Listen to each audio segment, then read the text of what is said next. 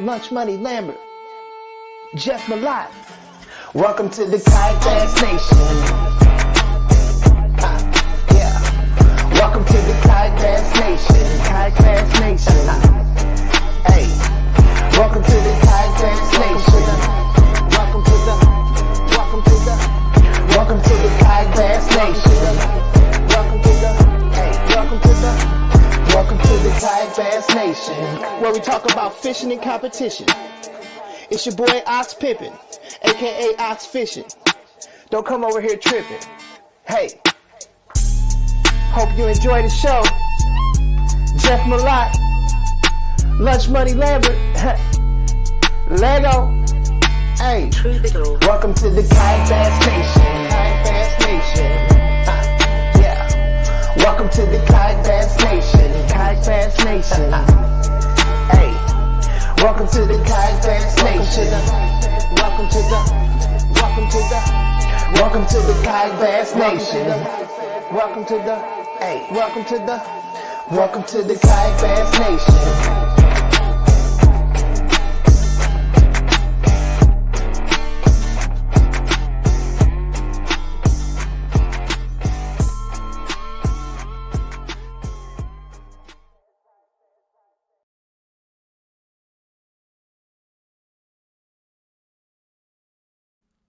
Hey, what's up, everybody? Welcome to KBN Live. Ryan, what's happening?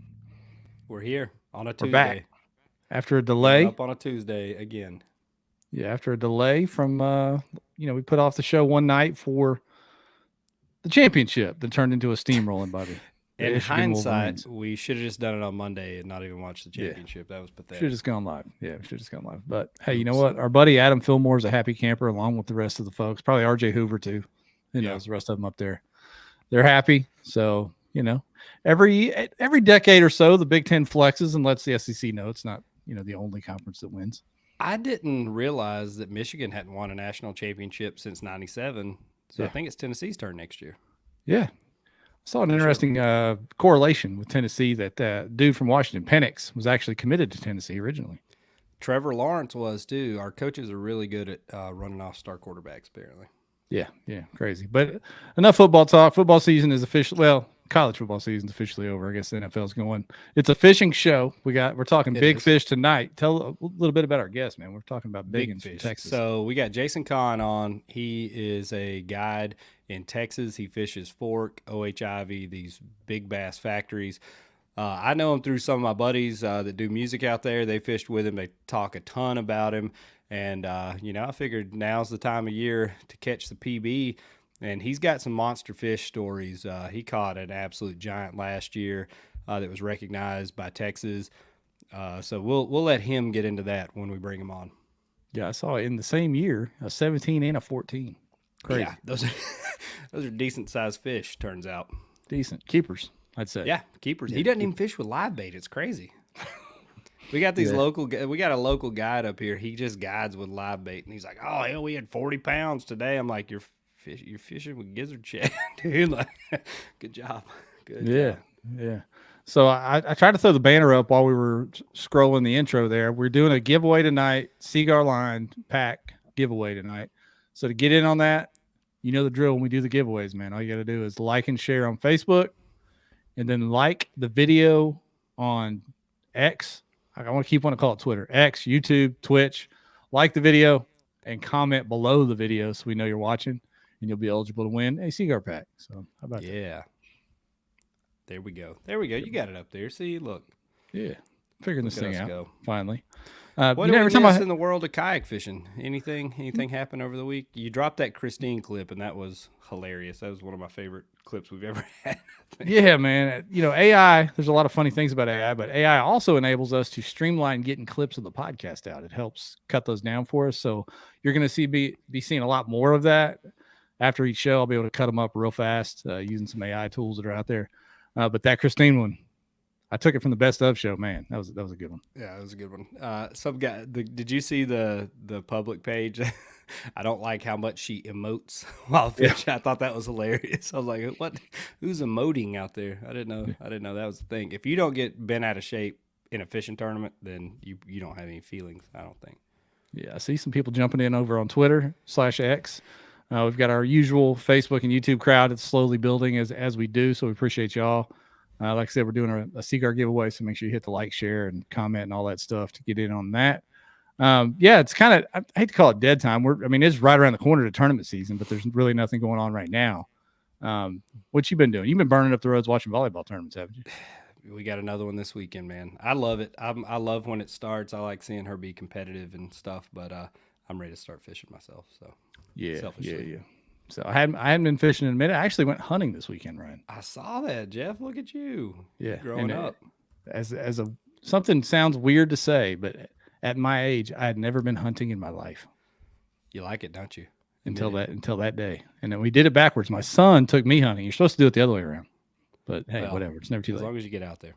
Yeah, so that was fun. But yeah, I'm ready to get back in the act, do a little fishing as well. We got Harris Chain coming up, Sam Rayburn right behind that, and then the bass schedule kicks off, and then it's full blast. Yep, I think we got a rules update coming from Bass too, so we'll probably bring Steve-O on to update us on the rule changes going into this year, and we'll probably do a preview show before Murray as well. Yeah, so a lot of good stuff coming up, and I'll tell you about when we get off this live, Ryan. I'll tell you what I've got cooked up for next week in particular. Ooh. Something I've been talking about for a while. I asked a few guys if they would come on next week, and one of them is confirmed for sure. The other one perhaps. Jeff has our schedule for the year made out on a spreadsheet now. Yeah. So if you're trying to get on here, you better get on the list right now. I think it was Mr. Ruff that said you go down with the nerds, the nerdery, and get this kind of stuff done, and that's what I did. I got our schedule. Thank you. Lined out. I'm glad. So kind of lined out. So it'll be good. Let's shout out these sponsors and get Mr. Conn in here. He's out towards your neck of the woods, out in the res somewhere. So we got to get him in before we lose him. Yeah. You can see Ryan and I are rocking these Fresh Fly Eco Fishing Shop hats. That's our title sponsor, presenting sponsor of the entire show. We appreciate them. ecofishingshop.com. There's a thread going on the group page. A guy was asking about deciding between a couple of models of kayaks. Did you see that? He was looking at thinking Unlimited and a Wilderness and some others. Yep. Put below there, I said, hey, any of those you're trying to get, hit up Eco and they can drop it right at your front door. So no sense. Don't get any easier than that. Yeah, no sense in looking anywhere else. Hit up ecofishingshop.com. And then, of course, power it with ProGuide lithium batteries. Best batteries out there. They've been doing it for decades. Don't go with that cheap Alibaba stuff. Don't do it. I just got some fresh ones in for the autopilot, so we're geared up and ready. Yeah, we already talked about the Seaguar giveaway. Z-Man, Revo also sponsors the giveaways, Bangtail Whiskey, and then, of course, Gill Fishing. It's freezing cold. Get you some Gill gear to stay warm. I saw some chatter about that on the page, too, recently. Yep. It's wintertime. You gotta get geared up. Make sure you got on the right layers, moisture wicking. You don't want to get out there in some cotton stuff and get wet and freeze to death. Yeah, especially these last few days. Holy smokes. It's been so windy and cold. We got winter. We got winter on us this week. Yeah, it's here. It's time. But hey, we're talking big bass. Let's get Mr. Conn in here and talk about the big bass, man. There he is. Live from the truck. Live from the truck. Where are you at in the world? Basketball. Man, all right. I'm sitting outside a gym. My daughter's in there. They're having her basketball practice. So I like it. We're going to do the best we can. We're going to be fine. We've done a lot of this. Don't worry. So tell everybody where you're based out of and kind of your backstory here. So folks know that we didn't just grab some scrub off the streets in Texas. Yeah, I'm pretty much a scrub in Texas, but we've done that a time or two, Brian, to be fair. We have. Man, I'm down in Texas. I got on, Texas lakes. Fork is where I got my start. I've been fishing fork since probably like 1994. I was 14 years old. Fished there off and on till the late 90s with my dad. Then took a break from fishing for a little while. Was in school, farming, was into hunting a lot, and then kind of got back into fishing. Then started guiding.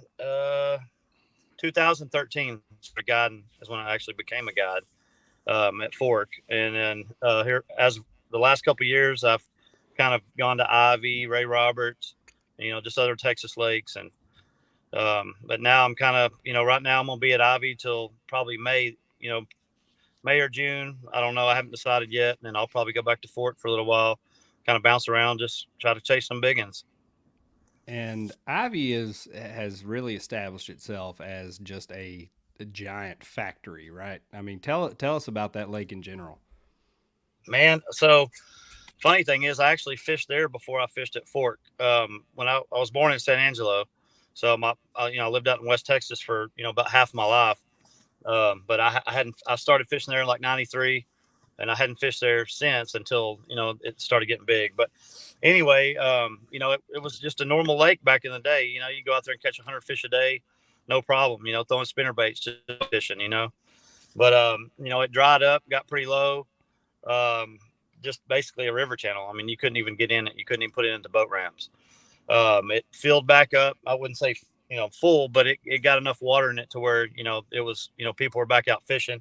Texas Parks and Wildlife, they put fish in there. They restocked it with the strain of bass that are in there now, which is the F1s. This is what I caught, and I guess we'll talk about that here in a minute. But yeah, ever since that happened, it's got there's salt cedars in the water, or it was last year. They were like probably 15 to 20 foot of water. You could go out there and live scope the heck out of it, throw A-rigs or something down, let them sink down, reel it above the top of them salt cedars, and them big ones would just come up out of salt cedars and stuff.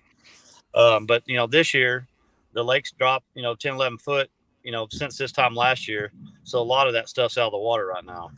So there's no grass. I mean, there's a little bit of grass, but it's all super shallow, and all the everybody's waving at me over here. All the salt cedars are pretty much all out of the water. There's zebra mussels in that lake as well, and they're pretty much all out of the water too. So the water's pretty dingy right now. So it's actually been tough here over the last couple of weeks. I got you. So we've had the Texas Park and Wildlife guys on here talking about the ShareLunker program and how they've really kind of elevated Texas to the number one big bass capital. Tell us what they do. Like when you catch a giant, what's the process? Well, when you catch a fish over 13 pounds, which is, January 1st to March 31st, they consider that a ShareLunker. So when you catch one, you take it in a marina, whatever lake you're on, you weigh it. Once they certify the fact that it's over 13 pounds, they or you can call ShareLunker, which is the people at Texas Parks and Wildlife, and then they'll send somebody out to pick the fish up. You can donate it, or you don't have to donate it. You can throw it back, or you donate to them, which now I recommend donating it to them after seeing what's happening in Texas right now. 10 years ago, I was one of those guys that was like, no, I wouldn't do that. But now that seeing what it does and seeing the fish that we're catching and it's a product of it, it's a smart thing to do. It helps out all the lakes in Texas. All the fry from those fish get spread all across Texas. So I mean, it's a great program. And they return that fish to where you caught it, correct? Yes. Yeah. As soon as it spawns, whether it spawns or it doesn't spawn, they, sometimes fish don't spawn, especially big ones. They take them back and release them back where they were. Yeah, amazing. And I saw a story on Instagram, I believe it was. It may have been posted other places, but how you did, and you just said it. You didn't used to be a fan of that program. So what switch flipped? What changed for you? Well, first of all, I caught a 14 pounder, and then I was like, man, this is, maybe, and then seeing all the other big fish that have been caught. And then, a month and a half later, I catch a 17 pounder, and it's like, man, these fish didn't just, that there's something going on here. And I've been naive and trying to, ignore that fact, because I was one of those that was like, man, this ain't good for the fish, set it in this tank and send it off in the lake. And, just negative stuff, going through my mind about it, because I'm all about the care of the fish.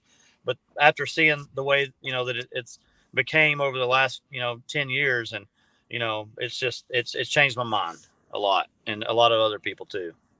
And it's a selective breeding program, the ShareLunker program. They're not just, putting it in with small males or whatever. Like they literally basically engineer these fish to be, giants down the road. And as you said, I mean, the proof is in the pudding. You can look anywhere in Texas now and see the effects that this program, has had on these lakes. Yeah, definitely. Yeah. It's a no-brainer. I mean, it's like breeding deer. You got you got 200, 300, 400-inch bucks. They don't get that way just, by running around out in the wild.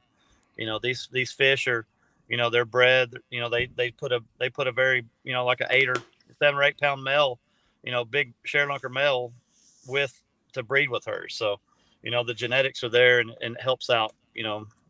They can't put, another thing too, they can't put small bass, a 1 or 2 pound bass with a 15-pound bass, because she'll eat them. And that's been proven. So they're ruthless.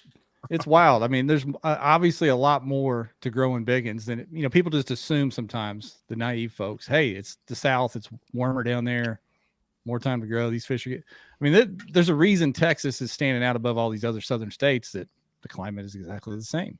They're being intentional, like I said, not only with the breeding, but with some of the management of the lakes. Can you talk a little bit about how they manage all those fisheries down there? Because you could make a hit list of the best lakes in the country just using the top 10 lakes in Texas, probably. Yeah. They obviously, like Lake Fork has a slot, so they try to manage that one that way. But it's just a product of the ShareLunker program, period. They're taking these hybrid fish, and they're spreading the genes across the lakes across Texas. But each lake has its own. Most of them is 14 inches, but like Fork is 16 to 24. If anything's under 16, you can't keep it. Anything over 24, you can keep it. Anything under 16 you can keep, or anything over 24 you can keep. And then, like, I think Bodark, I don't know if y'all have heard of that lake yet. It's a new lake that's going to be opening up in Texas, hopefully this year. They're 16 inch. There's going to be a 16-inch rule on that lake, but it's just a product. It's mainly just a product of the Texas Parks and Wildlife ShareLunker program. Have you got to sneak peek that lake yet, Jason? Has anybody got on there? You can't get on it, but I've done my research on it. I've driven by it. I've flown over it. We've done a lot, Google Earthing it, every once a month, go on there and just check and see if anything's changed. But yeah, I've done my homework on it, and I'm prepared for it to open. When does that kick off again? Well, they haven't set an actual date. Their goal was to open it up when it gets to 4 foot or less, 4, 3, whatever full. And it got to about 4.5 foot low, and it quit raining. So now it's 7.5 foot low. So the goal is 4 foot. I don't know if it's going to hit that. It's going to take a lot of rain to do that. But the way I look at it, the longer it sits with nobody on it, the better it's going to be when it does open. And the same fish that they've put in that are in JB Thomas, and well, I shouldn't even say that. Never mentioned that fish in that lake, but I've been fishing there for a while. Oops, that one came out. But it's already out there, guys. We've got some friends that are out there this week fishing it, actually, kayak fishing it. Oh yeah, but there and Ivy, the fish that are there are stocked in this lake, and they stocked it like 7 or 8 years ago. The ponds around it, and those ponds have been flooded into the lake like 3 or 4 years now. So those fish have been able to grow. They've been able to have some good spawns in there. As far as I know, there's probably not too many sand bass or any predators to eat them other than bass or maybe some crappie or something. But it when it opens, it should be good. Now, I'm figuring it's probably not going to open this year, just based off of what their goal is on the depth. But if it doesn't, I'll be just fine. But if it does, I'm gonna be out there catching 100 fish a day. And what was the name of that? Boyd Desart? Bodark. Like a there you go. Yeah. Corey on Facebook was asking. It's basically it's a creek, Bodark Creek. They just dammed it up is all they did. And then there's another lake. I actually drove over it earlier. I was duck hunting over by it. It's called Ralph Hall Lake, and they're about finished up digging it. So they're just going to be starting to fill it. But they dammed up the Sulphur River, and that it'll be filling from there. So we've got 2 lakes that are going to be opening in East Texas, Northeast Texas. They're within 20 miles of each other. So there's going to be some good fishing going on, and hopefully it'll spread the pressure out and spread the pressure around and give some pressure, release some pressure on some of these lakes that are getting fished. There's a lot of fishermen these days, especially because of COVID. Yeah. Yeah. We're finally starting to see a little downturn on that here locally, but yeah, during COVID, I feel like everybody went and got a bass boat and was, out on the lake every day. I saw it firsthand guiding on Lake Fork 7 days a week during COVID, because fishing was what they call it, that it was you could leave the house to go fishing. So there was a lot of fishermen out there every day. But how much pressure does Ivy get? I mean, you see pictures of the parking lot and stuff, and I mean, sometimes it looks like a circus. Is that normal? Is it less during the week, or is that just kind of a destination, you know, through that winter, early springtime that people just stay on it? yeah, I mean, it gets busy when we are catching them. The guys that are spending the time out there every day catching them. When we start posting, then people start showing up, which is fine, and that's the whole point. Like we want people to come out there and enjoy it, and that's why we do what we do. You know, I mean, people are going to go out there and they're not going to catch fish, and they're going to call us. I mean, that's, but you know, we feel the marina, and it happens. I wasn't like knocking at anybody. It's not an easy lake to fish. I mean, it's truly a hard lake. I mean, it's basically a live scope lake. I mean, and if you're not good with the live scope, then you're not going to be very successful out there. I mean, hell, I'm good with live scope, and I haven't even been successful the last couple of weeks. So, and nobody has. I mean, the lake's still in a weird turnover, and I don't get it. I mean, it's January and the lake's still turning over. I think, you know, mostly because of the weather. You know, it's been warm. We've had one of the warmest years I think this was the second warmest year on record in Texas. So, you know, it's the lakes have all had a weird turnover this year, and Ivy's actually still in a turnover. I mean, I seen foam on the lake the other day. So that's one of the reasons why it's tough. But we got some better weather coming this week, which I'm sure y'all knew that. And I'm thinking that's going to finish all that off, and it's going to start turning the bite on, especially here in the next couple of weeks when I might be seeing the guy that's on the screen right now. Oh my, that'd be crazy. Yeah. How long have you been using forward-facing sonar? Like, when did you pick it up, and how long did it take you to kind of master it as far as the settings and bait presentations, that kind of thing? Well, when it came out, I was like the ShareLunker program. I was a hater. I was against it. I was like, man, this is bullcrap. You know, it's cheating. I was the one that started the high fence thing. It's high fence fishing. I was the one that started all that. Ooh, but I like that. You know. But, you know, at the end of the day, it's still, yeah, it eliminates a lot of time. When you're casting, you're actually casting at a fish. You know, normally, you know, when in the old days when we didn't have all that, we might be sitting on a point for an hour, a point that doesn't have a fish on it. But now, at least, you know, we see it on the scope and we know what they're there, they're not, so we can move on. So it actually is a, you know, it helps a lot to have it. But I've been using it pretty hard I've had it, you know, since about a year after it came out. I just didn't talk about it, but I've learned it. You know, I've spent countless hours looking at it, using it. If I was sitting on a point with clients throwing in a school of fish behind the boat like I would at Fort, I was up there throwing at a tree or something, just trying to learn it, you know, on my own while they're back there fishing or whatever. And then I got out to Ivy the first, you know, the year that Milliken and all them went out there. I got out there and just started, you know, just looking and learning and got it down. I spent a month out there, you know, just by myself or with friends, just learning it. And then, you know, I spent a lot of hours doing it, but it's definitely a good tool to have and you know, I suggest people to spend some time learning it, because it's definitely a tool to have. Do you use Garmin? I use Garmin. Yep. Okay. I've got right now I have two Garmin's on there, the 126V with 2 live scopes. I'm running I shouldn't even tell you all this, but I'm running one in forward. We're just kayak anglers, buddy. You ain't got to worry about shit over here. Yeah, but some of these other people, we're just now using motors, dude. Come on. Yeah, hellfire. But no, I got one in perspective and one in forward, so that way I can chase fish that are up higher in the water column, and I can see the ones that are deeper. And it's definitely a good tool to have, you know, if you're tournament bass fishing, you know, because you can cover a lot of water and see a lot of the fish, and you can chase a big fish. I mean, I've chased numerous fish on that with perspective or with you know, with forward, but perspective is going to be a game changer if when people actually really figure it out, because it's not easy to figure out. It's actually harder than forward. I saw a lot of people utilizing it, especially this past year in springtime. You know, like on Chickamauga and Gunnersville, around these docks in the roots and stuff. Yeah, well, I mean, yeah, you can scan a dock and see which dock post the fish is holding on and stuff. Like, it's, you know, It's definitely just as applicable, I feel like, in shallow water as it is. I feel Yeah. like a lot of people just think about it for deep water, but it's a really Man, great at covering water tool shallow. I've caught fish in grass, like 5-6 foot grass that I can see one over there. I'll throw over there and I'll pull it out of the grass. I've caught them pulling out of cypress tree roots.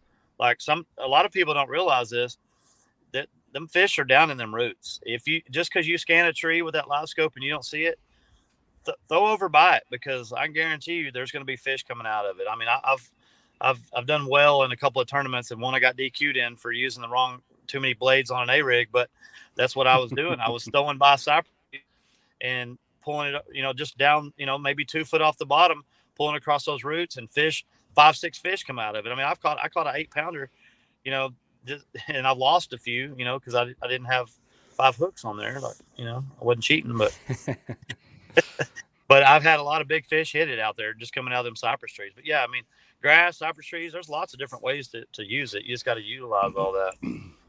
What are your thoughts on not him individually, but the Randy Blockett's out there?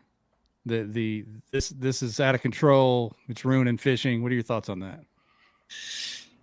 Man, I mean, I'll just say this, and I've said this a few times to people.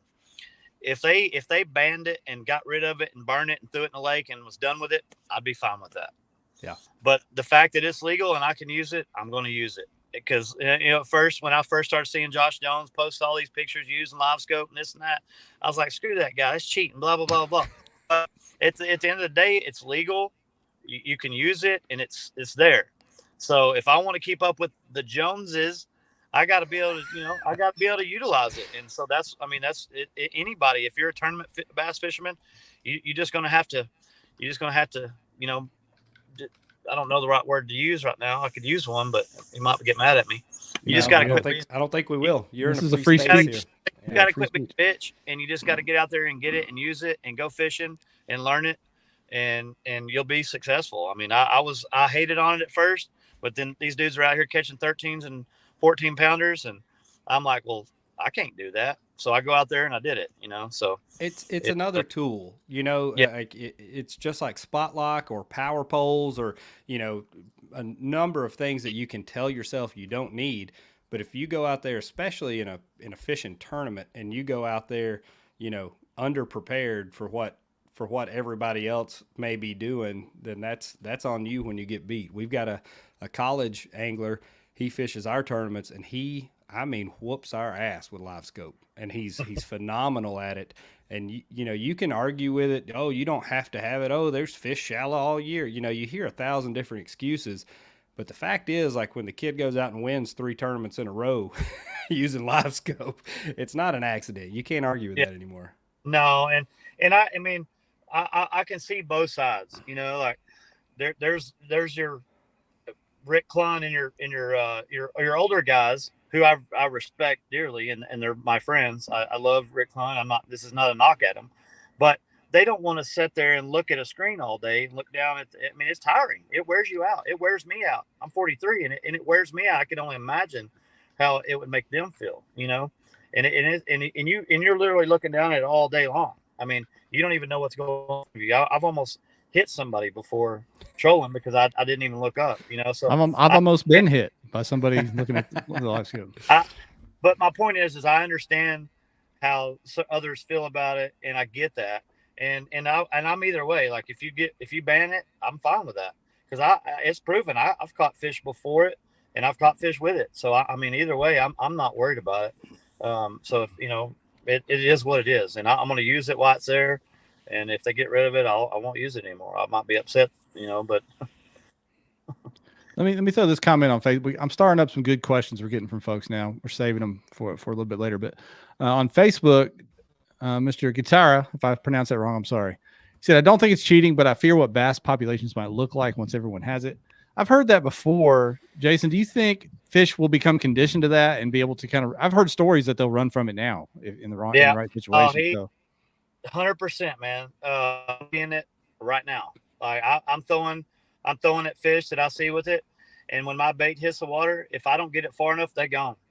And it's a problem, and it's gonna eventually you know, even with crappie, I mean, they're gonna ruin the crappie population with it, because they're, you know, these guys going out catching 25 a day, and I respect the guys. This is not a knock at anybody. I'm not here to knock people, but it's just facts. They don't think they're doing damage to it, but they are. I mean, it's gonna end up doing damage to a lot of things. It's just so much easier to go out there now and catch 25 crappie and go home. They go to the tree the next day, catch 25 more of them. I mean, how many do you think's there? You know, they're dude, it does damage to the fish population. But bass you're not keeping, but it's definitely pressures them, and it gives them the knowledge of what's going on, and it's kind of sad because we've taken every bit of like security that they have away from them, because they can't get up in the water column, they can't hide under a tree, they can't do this because we see them, we know where they're at now. We're throwing a bait right in their face, and it's like, you know, trick or treat. You know, like here's your candy. You know, right. And it's fast. They're a predator, and if they see something they want, they're going to go up and grab it and eat it. You know? Right. Maybe that's why some of these guys put them in baskets. They're trying to keep them safe. Yeah. They're trying to protect them. That's what all these fish barrels are on Chickamauga when the lake drops. Those are fish protection barrels. I heard some here. We thought people had been cheating out. We here. didn't know. No, they're just protecting the fish. That's conservationists smart. out there. Good job, boys. I think you know, kind of to that point, the live scope, the fact that people are out looking for suspended fish and deeper water and on structure and that kind of stuff, I think that is going to impact the shallow water fishermen more. I think you'll see more of those fish kind of spread out a little more, instead of, you know, how you would see the pressure, you'd see a weather change or something, and it affected the fish just to move out to, you know, standing timber or whatever it may be. I think it's going to push some of those fish back shallow. I think you'll see kind of more of an even out, but like you said, with perspective mode, it's still applicable in shallow water, but I don't feel like that has been as widely adopted as just forward facing. Yeah, no, I agree with that. I mean, it's just going to add more pressure to the fish. I mean, like I said, it's taken the security away from them. They can't hide from us anymore, you know, at this point. And there's no telling what's going to happen in years to come with all this. You know, I mean, they're going to have it way more perfected, and it's going to be easier to find them. And we're probably going to have baits that we can reel over to a fish and just drive it right in their mouth. I mean, who knows what's going to happen? But I mean, there'll be AI programs that'll target bass. Like, you'll be able to live scope and they'll target what's a bass and what's not. I guarantee that's coming down the road. Guarantee it.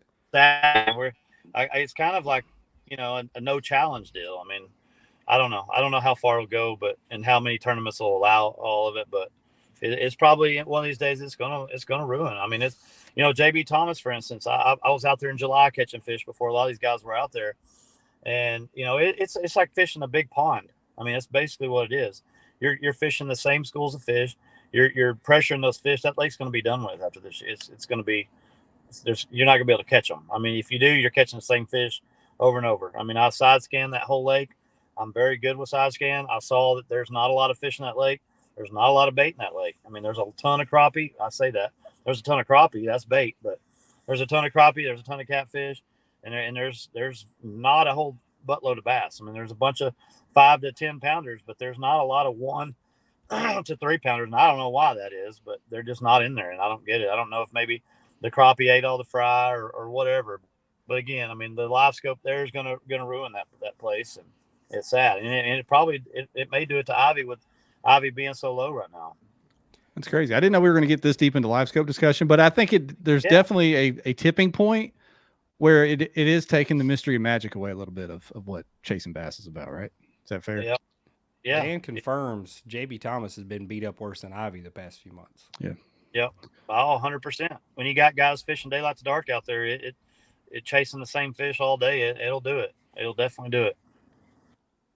Do you think tournaments should outlaw, or do you think they will ban live scope at all? Or do you think that's something because of, you know, money and sponsorship type thing? Do you think they're going to just go with the flow and let technology progress on that side? I know, so, you know, some tournaments ban the A-rig. Do you think that's equivalent of banning live scope? There's too much money with you know, sponsorships and stuff. I don't think that they ever will. I mean, I know that, you know, there were some guys, some of my friends that fish the elites that are using, you know, the saltwater transducers that go out to like 250 foot. I'm pretty sure that Bass, I think they did away with that one. Golly. But yeah, they're. I mean, they may limit certain things, but I don't know. I mean, I don't think as far as it's all come with Milliken there and all these live scope guys. I mean, I think pretty much every guy that qualified for the elites this year is a live scoper. So, yeah. I mean, they're bringing Milliken's bringing money to fishing, and with all he's doing, and it's and I respect the guy. He's done well for himself, but they're I mean, that live scope. I mean, again, we shouldn't be talking about this all night, but it's our show, buddy. Don't you worry. Yeah, we'll talk about whatever the hell. No, but it's definitely something that's got people talking, and but I don't personally think that they'll get rid of it. And I mean, probably not in the big ones, maybe some of the smaller tournaments, and they'll probably have tournament trails that are non-live scope tournament trails. But I mean, the bigger trails probably won't do it just because of their sponsorships with Garmin or Humminbird or Lowrance or whatever they use. Yeah. Let's transition from there, and I'm sure we'll still touch on some live scope talk because they do play a part in catching these giant bass that we want to talk about. Before we move on, I wanted to shout out Benny Jebs on Instagram, Ryan. He said it's the first time he's been able to catch a live. He's been listening on Spotify all this time, got his kids down to bed to make a live, commented on Instagram. Appreciate you over there, Benny. Thank you, sir. Congrats to Cody O'Neill on earning his top fan badge. Cody's one of my buddies that runs around with Co and the boys, goose hunting and everything else we do. He tunes into this shit show every week. So thanks, appreciate you, Cody. He'll be up shit show soon enough. Yeah. Oh yeah. Yeah. So this picture right here, man. I want to talk about this 17-pounder you caught this year. I know you caught a lot of big bass, but let's throw this on the screen real quick. That doesn't even look real. That doesn't look even at the eyeball on that thing. My God. And then I stole this other picture from your social media as well, which is the mount being presented. Tell us a story, man. That is a beautiful fish, a monster of a fish. Tell us a story about catching that one. Well, I snagged it. Oh, hell yeah. Hell yeah, brother. You put that old California snag technique to work. I've been haters hating, I snagged it. No, man, it was a pretty memorable day. So it was a day before Valentine's Day. And it was Super Bowl weekend. So I think it was on a Monday. My clients, they wanted to party and drink and stuff for Super Bowl. So they said, well, let's drive out. We're just going to drive out there. I hope they're watching, but, we're going to drive out. We'll just drive out Monday morning, we'll get out there and we'll fish. Cause I had them 2 days. I had them 13th and 14th, which Valentine's Day, I think their wives are going to be mad at them, but anyway, so you can get a new wife. We get out there. We get out there about every day. Not me, Ashley. Yeah. We're good. Yeah, I know. But anyway, we got out there about noon, and I like to do 2-day trips with people, especially guys that have never used live scope before. So I'll normally spend the first couple of hours each trip just teaching. I go up shallow and throw at the little small fish that I found that I know I can easily catch, and just give them an idea of how to do it, where to throw it, how fast to reel it, how far above their head, all the things that I teach while doing this. Well, we went to one spot and there wasn't anything there. So we went to this other spot where there was some there, and a big one. But anyway, so I had the guy standing beside me. I was teaching him first, and I threw out some small fish and that I saw on the live scope. And threw out there, they kind of followed and burn off. So when they burn off, he cast it off the side, and I was just kind of reeling it slowly, and just happened to look down, on my graph, and underneath my trolling motor, I see this big blob, and I'm like, I think that might be a ShareLunker right there. Well, I mean, I'm almost to it, so I was like, there's no I can't give him the pole. I'm, at this point, it's just like I got to try to catch this dang thing. So I'm reeling. And I'm using an 8-foot heavy action rod with an Alabama rig. And, it's my pole, 8-foot pole. It's hanging 3 or 4 foot off the front of the boat, and she's underneath the boat. Like, she's right underneath the trolling motor. So I'm like, I don't know if you saw the video or not, but I start walking backwards. I'm like, and it goes right over her head. And as soon as it went over her head, all you do is see, thump, and she went up and hit it. And then, it was all history after that. But no, she came up, and there might have been something come out my pants. I don't know, but I was like, get the fucking net. Like, it was on the video, so if I'm sure everybody saw it or heard it. But anyway, so she's, she comes up, and I see her. So when she goes back down, she went down there. And of course, I'm using the A-rig. She had one here, and she had one in her back, and it was like dead weight at that point. Like when she got the second one in her, when she went by me, because when she went to the side, I guess it hooked her again. I could just kind of stopped and felt weird. So it was like at that point, when you got one in their head or their mouth, and then one in their back, it's like pulling up a log. Yeah. And but anyway, she come up and got her in a boat, and I'm freaking out. And, oh, there you go. Jeff is the king of technology out here, buddy. Yeah, that's why I was like, I had to get it over her head. Oh. I've hooked some stumps that look a lot like that, actually. This dude looked like he's on something, because he's like, oh God. He probably was, because he watched the Super Bowl the night before. Yeah, they worked off that hangover real quick. Jeff, if you're watching, I love you, brother. See, look at him. No, look at the guy. Don't even look at the fish. Look at Yeah, he's ready to get the hell out of there. Oh yeah, hell yeah, he's about to fight that thing, boy. Oh my God. Golly, you should have brought a bigger net. Yeah. Ooh. What happened, bro? Golly. The dude in the back's like, can't even pick it up. I had to go pick it up. We did it, boys. Wow. Thank you guys for allowing me the opportunity to catch a 17-pounder with y'all. Yeah. Yeah. Well, that trip was free, right? You didn't even charge Just them. so you know, I charged them. They fished with me too. I didn't charge them. So. Well, that's sweet of you. So tell us where this bass landed. This bass had some stats on it, on the all-time hit list there. Tell us about this fish. Well, she tasted good. I ate her on the half shell. Damn good fish sandwich there, boys. Sashimi style. That was like that fed a family of 4 right there. But no, man, she was the largest bass caught in the United States last year, possibly the world. I have not confirmed that, but from what I've heard, she was the largest bass caught in the world last year. It's in public waters that we know of, because anything that would have been, a fish like that would have been put on paper somewhere. And then, so that on her, as far as her, she was the biggest bass caught in the United States last year in 2023. Wow. We don't even count anything that's not in the United States, so we'll say in the world. Yeah, exactly. That's why I just put United States, because, Japan and China or wherever got big ones in Australia don't really matter to me. So yeah, same. But hey, for all the kayakers watching, how long was that bass? What do y'all think it was? I'm gonna say 28. What's your guess? 28 and a half. Thanks, Jeff. Lower? 26. 27. 27. 27. All right, 27. Yeah, I've never been really good with inches, but the fact that I got close, I always overshoot.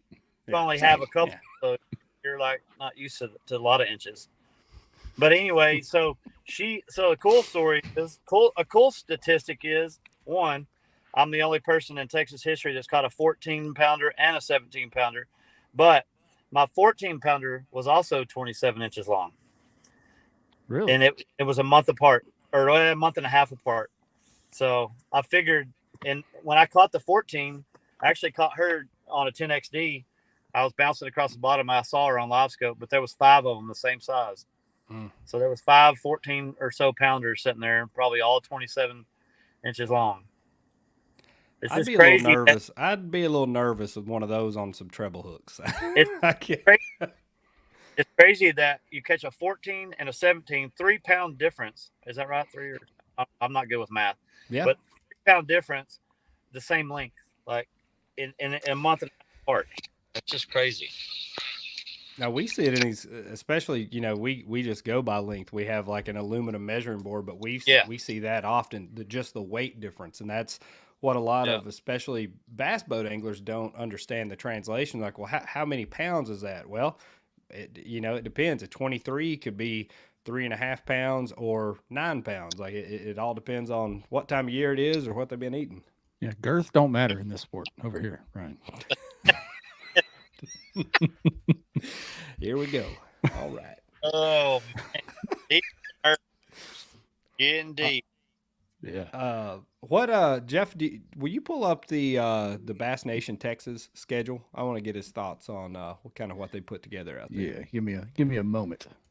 I will. What's your favorite? What's your favorite lake? If you could only pick one lake in Texas to fish for the rest of your life, and I mean all seasons. I don't mean just in the wintertime.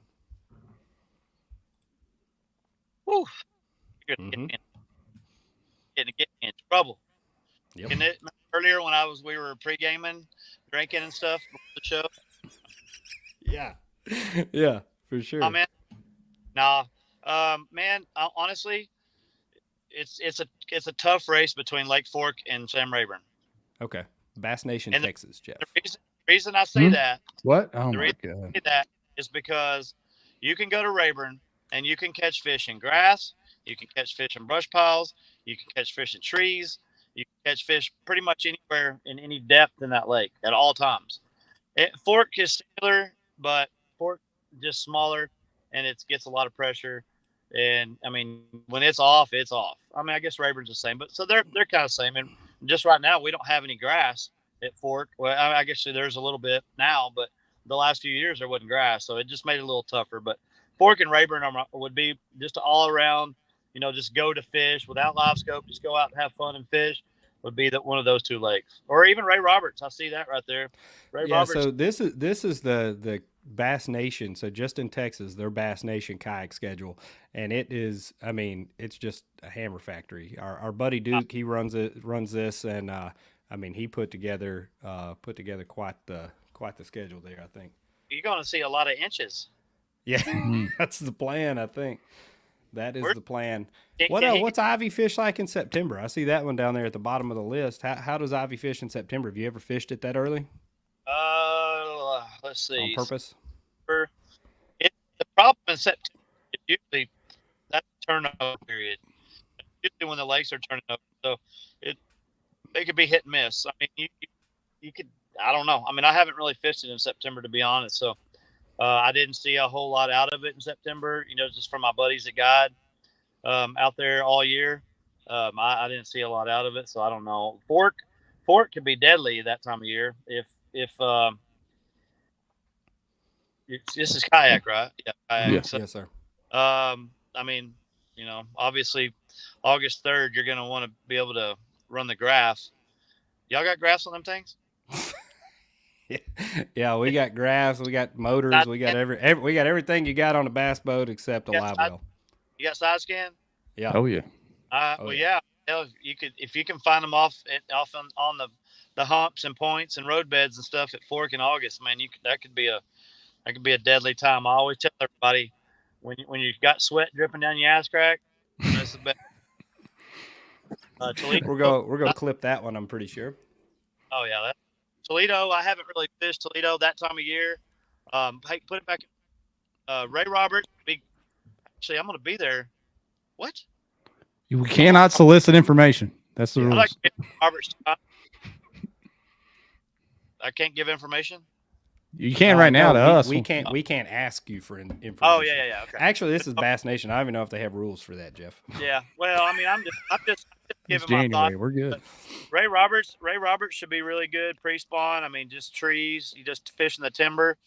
Caddo. I don't know anything about Caddo, but I have heard. Caddo is absolutely awesome. We fished it quite a bit. It's awesome. It's a great lake.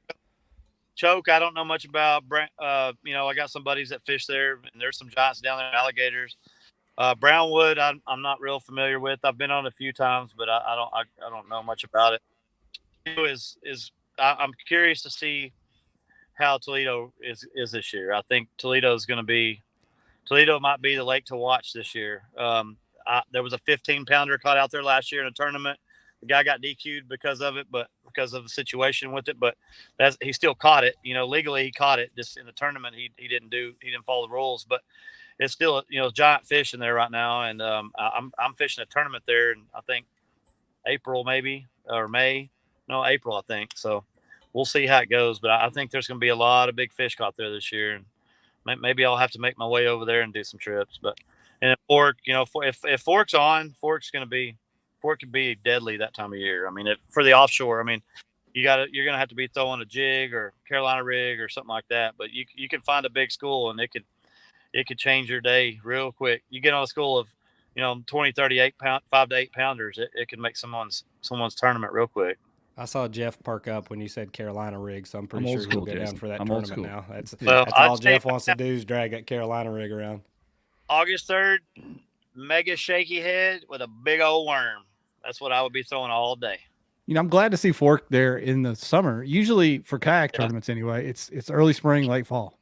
It's never in the summer, so it's cool to see it there in the summer. A little something different there. I want to get some of these questions, Ryan. We've had a few pile up. Let's see here. Obviously, they want to pick your brain a little bit, Jason, about some of the big bass behavior. They don't get that big by happenstance. They learn how to adapt and avoid being caught. So, folks asking questions about catching big bass. Do you think moon phase and big fish come into play? You believe? Oh yeah. Yeah, I mean, I just think that next full moon, I think it's going to start to bring some of those fish off the bottom that are dug down in the mud. But each month, I think it's going to start from now on. Each moon phase is going to bring the fish up to start getting ready to do their thing. Then, March, there'll probably be some that start to spawn. April, there'll be some spawning, but it's usually after the first, after the full moons of each month. But big bass, yeah, I mean, I think I was at JB in August, and a mega moon, or what was it called? The super moon or something happened. And I think we caught 3 10s in one day. I never even talked about all the 10 pounders that we caught out there, by the way. I didn't want to blow the lake up, and now it started getting blown up. But yeah, a lot of that had to do with the full moon. So yeah, I do think that full moons and all that definitely start triggering them big fish into biting. Another one from Trey Dawson on Facebook. If you could only tie on one bait in one color for a double D, what would it be? One bait, one color. Live scope or no live scope? He didn't say. He didn't differentiate. All right, I'll say live scope. I'll give two. I'll give my live scope and I'll give my non-live scope. Live scope, Alabama rig. And then non-live scope, probably a big mega worm dragging it on the bottom. I'll buy that. Tim Sear on YouTube. Is Fork coming back from being so low? Fork is definitely going to come back. I'm kind of taking a break from there because I want to allow it to come back. I fish, there's so many guys out there now that are starting to guide, and a lot of them have followed me and other guys, respectfully other guys that are above me that are way better than me probably around. And now, so there's so many people hitting all these spots up that's been one of the bigger problems. But yeah, we got there's hydro now. I'm friends with the biologist up there. He's not going to spray all the grass. He's going to spray the what's it called? The giant salvinia. They're going to spray that if it pops up, but they will not spray hydrilla. They're not going to spray. They've actually planted a little bit of milfoil. I've seen coontail in there before I left in July. I've seen a bunch. I actually posted quite a bit of video and pictures of grass, mostly on the north ends of the lake, on the east arm, north of 515. Birch has got grass, so that's going to help out a bunch. I think when we start getting more grass in there. So I think if it would have stayed low longer, maybe like a few years like Ivy did, I think it would have made it better. But it only was a low. I think it got to like 7.5 or so foot low. But that did allow some grass to grow. So yeah, it's definitely gonna come back. I mean, I'm not gonna sit here and say that I catch 10 ShareLunkers out of it, but it's definitely helped out, and it's gonna make fishing a lot better over the next few years for sure. Another question from YouTube, Chris Marks. What's the F1's favorite bait in Texas? Snag. To snag them. Treble hook, large treble hook. Yep. I caught my biggest fit, the eighth largest bass in Texas history on an Alabama rig, but I caught a 14 on a 10XD. I mean, there's guys catching them on, a lot of guys catch them on a rig. So, I mean, I guess I'm gonna have to say an Alabama rig. All right. We got more of a specific question from Corey Geisendorf on Facebook. At Lake Fork in March, looking for a double D, you going shallow cover or scoping creek channels and points? Corey, let's see. If it's early March and it's colder than hell, like it had the last couple of years, I would be out live scoping the timber. I got back last year, the first week of March, and I fished a tournament, which I didn't do well there because I ain't good at catching unders. But the first after that tournament, I fished that week with clients, and we caught an 11-pounder, the only double digit I actually caught the whole year there on an Alabama rig, suspended in timber. So, but if it's warm temps, what is question back up there, or what was it again? In March, going after a double D, would you go shallow or out scoping points? Creek channels? Yeah, I mean, if you're looking for a double digit and you got the right temps, yeah, you could go. I mean, you could go shallow, or 10 foot or less, depending. I mean, if a full moon hits the later February and we've got some warm temps and the water's getting close to 58, maybe pushing 60, then yeah, there'll be some big fish up shallow, and there'll be some places in the back of Little Caney that will be, the water gets the warmest there earliest. So that's usually where the biggest fish are caught, in March, or in the back of Little Caney back there. So yeah, I mean, it really just depends on, your water temps and the moon and all those things. But yeah, I mean, I would go either, shallow to look and keep your water temp, or just push out a little bit. The timber that are kind of on the points of the creeks or on the edges of the creeks where the fish move out to. And if you're good with your scope, you can find them there too. I have another very specific question from Casual Bass Guy on YouTube. Is Josh Jones a douche? Who? Exactly. Yeah. This is related to your A-rig answer regarding the best baits to catch those F1s on. What size swim baits are you running on the A-rigs down there? Man, I mean, it depends. Mostly, I'll run like a 2.5 to 3 inch swim bait. I don't have any dealing with anybody, so I'm not going to throw names out there. But 2.5 to 3 inch swim baits, and on the outer 4, and then I'll use a little bit bigger, maybe a 3.5 to 4 inch swim bait in the middle. There we go. And there was another question right after that, asking about what A-rigs and stuff, but you just said you're not going to throw names out there. So let me actually say something though. No, I will talk about the A-rigs. I'm using Shane's Baits A-rigs. They are the best A-rigs I've ever had, I've ever used. But a trick to using these A-rigs, a lot of people don't know about, and a lot of people probably do, but I like to use. So you got your 5 wires. And then you got one in the middle. So if you'll put like, say 3, 4, or 3 of them, if you'll put 1/8 ounce, and then you can put 2 1/4 ounce on the bottom, that helps the A-rig to ride right. So you put because your 2 heavier weights are going to go down to the bottom, so it'll ride straight. Because sometimes you'll find them A-rigs and they'll kind of want to turn in the water, but if you'll have your 2 heavier weights on the bottom, put them side by side on the two of the outer wires, once it hits the water, it'll go down and it'll ride straight. But yeah, the Shane's Baits A-rigs, those are the best ones I've ever used. And one thing about them is you can unscrew the head off of it, and if one of your wires breaks, they have replacement wires that you can just get the replacement wires and stick them right back in there, and it saves you a lot of money on A-rigs because now with live scope you don't lose as many, but man, back in the day when I was fishing, me and Cody Cannon, the lead singer of Whiskey Myers, went out to Fork one day, and we caught like 45 pounds of bass without live scope, and lost probably $300 worth of A-rigs doing it. But, it is what it is. This Yeah, month. question. Is that before he was toad thumping? Yeah, it was before toad thump. We got a question over from Instagram. Benny Gibbs, once again, or Benny Jebs, if I'm saying that right. Have you ever fished out of a kayak, Jason? I haven't. I fished out of a little 2-man Bassmaster before though, but I have not. Basically been the same thing nowadays. Yeah, pretty much. Yeah. You got it. Yeah, fished in little bitty boats before, but man, I fished on a pond. I fished it every way you can fish, man. I mean, I do. I tell you, the biggest bass I caught when I was a kid was 9 pounds, and I caught it out of a 2-man boat, and it dragged the boat around the pond for like 15 minutes before I got her calmed down. So I don't see how y'all do that with big fish in a kayak. I guess you got brakes on it. No, hell no.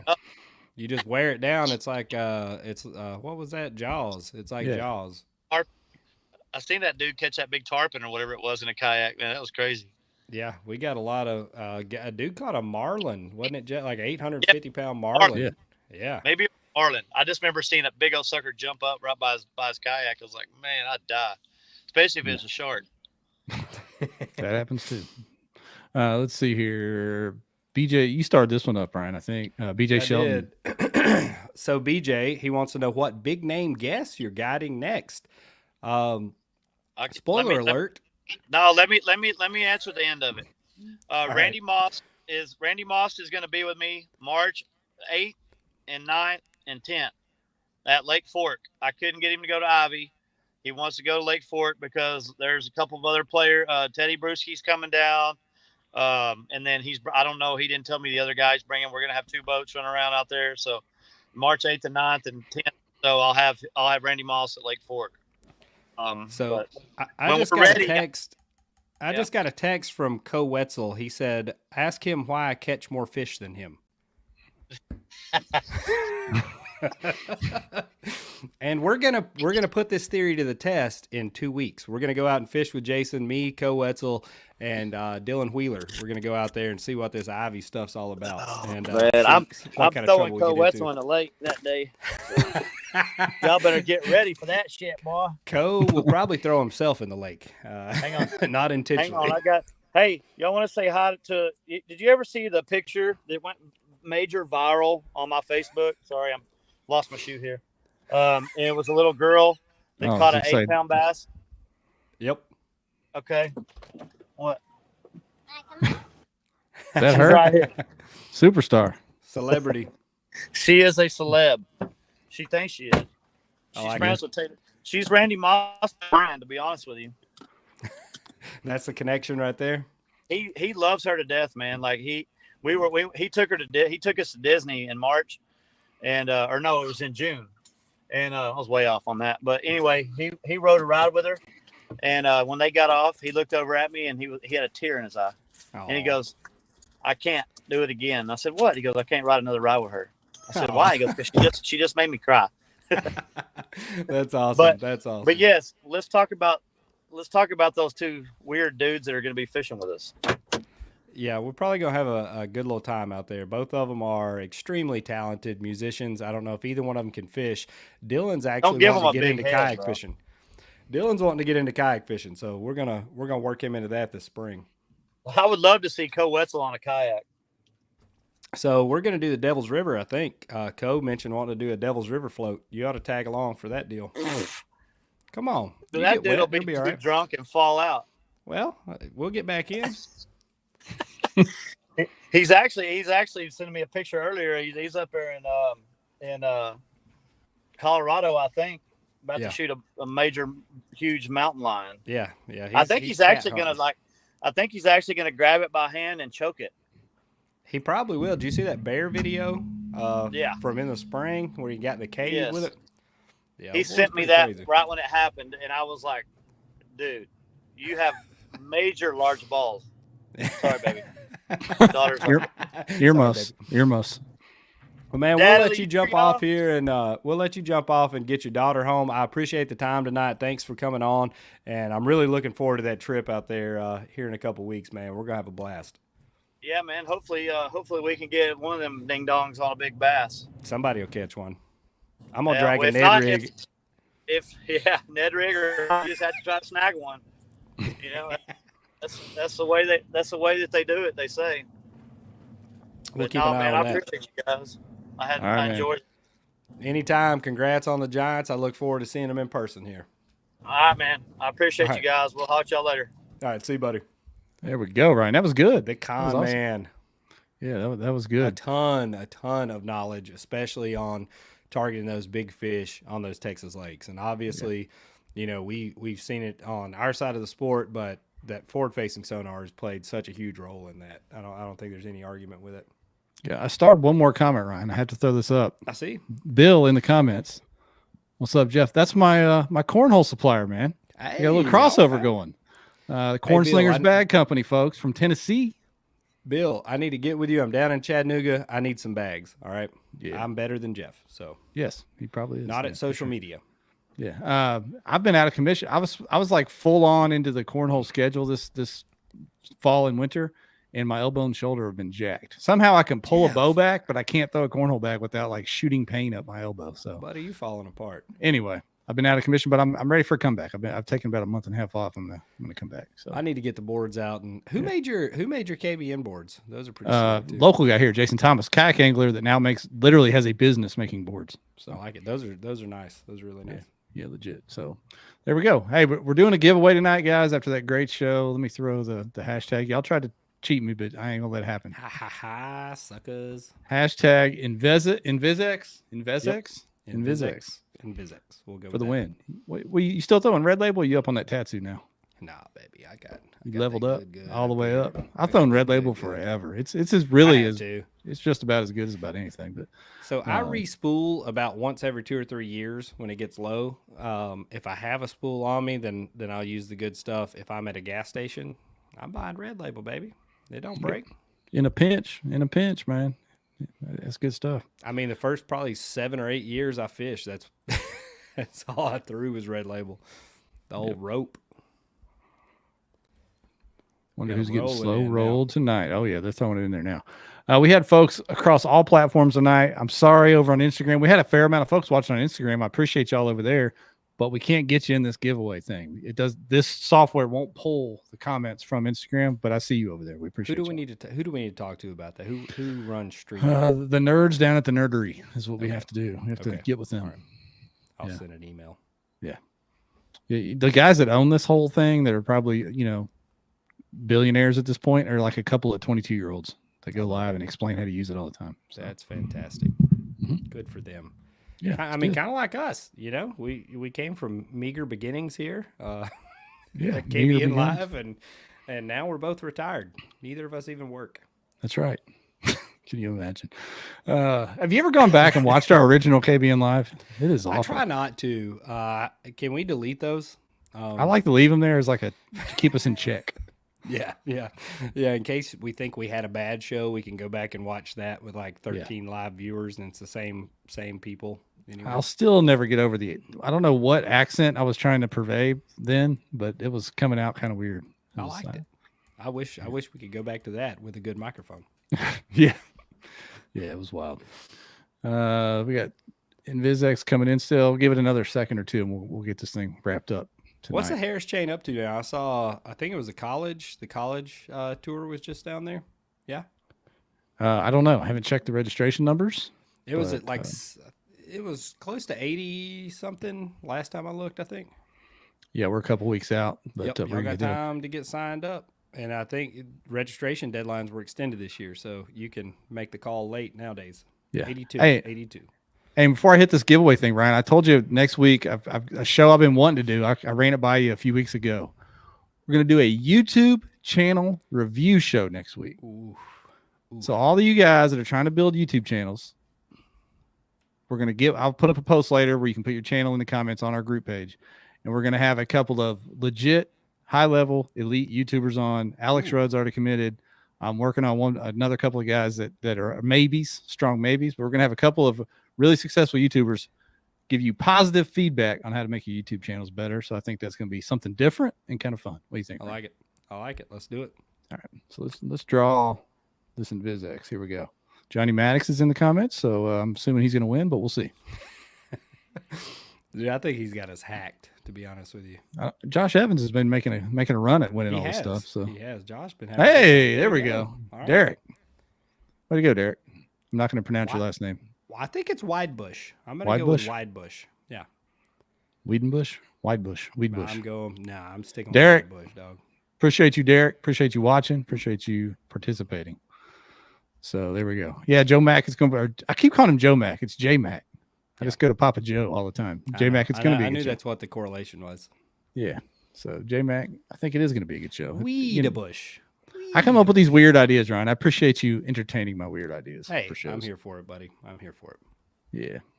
All right. So, Derek, reach out, kayakbassnation@gmail.com, or just DM one of us or the page, and we'll get you can stuff. You can DM me, give me your shipping info, and I'll give it to Brian at Seaguar, and he'll have it in the mail. Yeah. There we go. All right, man. What do you say? We out of here? I think we're out, man. Let's hang it up. Bye-bye.